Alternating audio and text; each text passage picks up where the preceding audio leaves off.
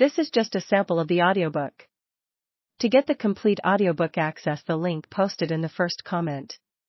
We're looking at the boat, and seated on a log close at hand were 3 men with rifles across their knees.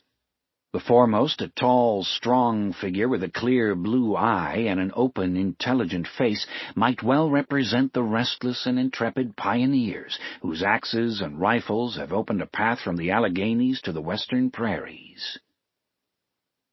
Early the next morning we reached Kansas, about 500 miles from the mouth of the Missouri.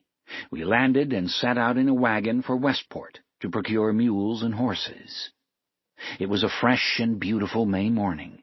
The woods were lighted by bright sunshine and enlivened by a multitude of birds. We overtook our late fellow travelers, the Kansas Indians, who, adorned with their finery, made a striking and picturesque feature in the forest landscape. Westport was full of Indians, whose little shaggy ponies were tied along the fences. Sacs and foxes with shaved heads and painted faces, Shawanoes and Delawares fluttering in calico frocks and turbans, Wyandottes dressed like white men, and a few wretched Kansas wrapped in blankets. As I stood at the door of the tavern, a remarkable-looking personage came up the street. He had a ruddy face garnished with the stumps of a bristly red beard and moustache. On one side of his head was a round cap such as Scottish labourers wear. A little black pipe was stuck in his mouth.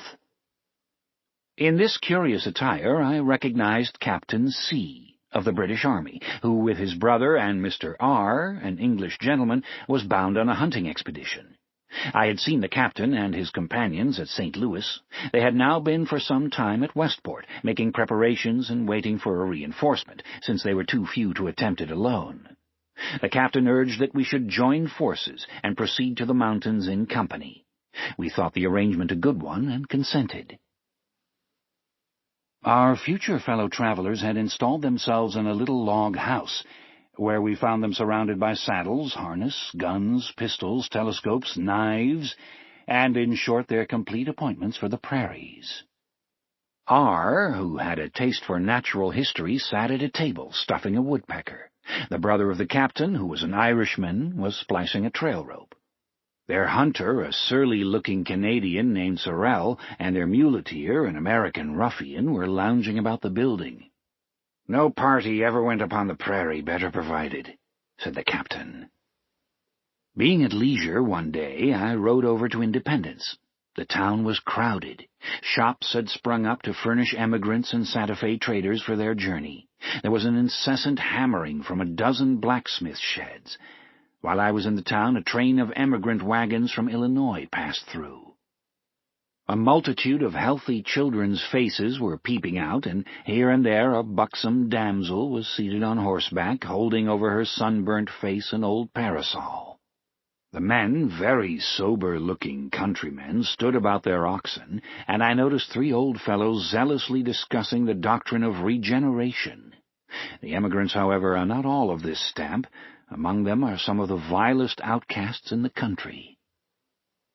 In 8 days we had brought our preparations to a close. Meanwhile our friends had completed theirs and told us that they would set out in advance and wait at the crossing of the Kansas. Accordingly, R. and the muleteer went forward with the wagon, while the captain and his brother, together with Sorrel and a trapper named Boisvert, followed with the horses. The commencement of the journey was ominous, for the captain's party was scarcely a mile from Westport when a tremendous thunderstorm drenched them to the skin.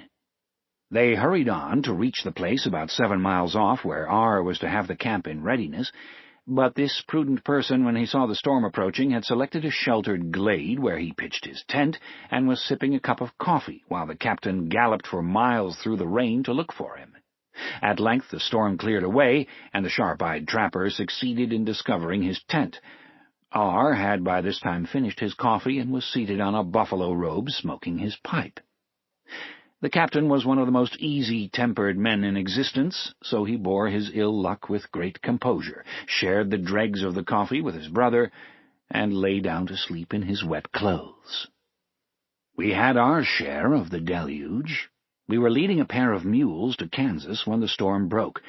Such sharp and incessant flashes of lightning, such stunning and continuous thunder I had never known. The woods were obscured by the diagonal sheets of rain, and the streams